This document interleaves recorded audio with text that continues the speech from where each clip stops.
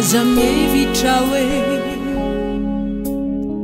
hery natanjakao no matoy zao anao lay ray mpiaro lehibe no mbola miasy mamelonanao aza misainao hoe tsara vitany anao ka netiny natao lay rainao be indrafo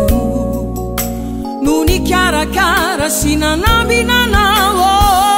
etsikely mo mba henoy alo ninonaotanao ny ray mahariko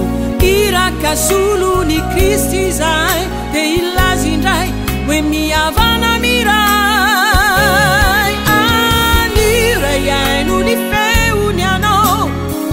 aza mana mafy ny fonao lay ray mifity mbola miandry anao miova mibebare izao ani mbola mitsotra ny tanany hoanao izy mpamindra fo amelany elokao raha manaky anao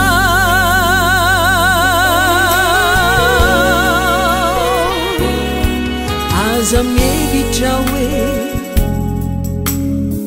hery natanjakao no matoy zao anao lay ray mpiaro lehibe no mbola miasy mamelonanao aza misainao hoe tsara vitany anao ka netiny natao lay rainao be indrafo no mikarakara sy manambinanao etsikely mo mba henoy alo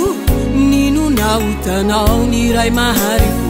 irakasolo ny Kristy zay de ilazy indray hoe miavana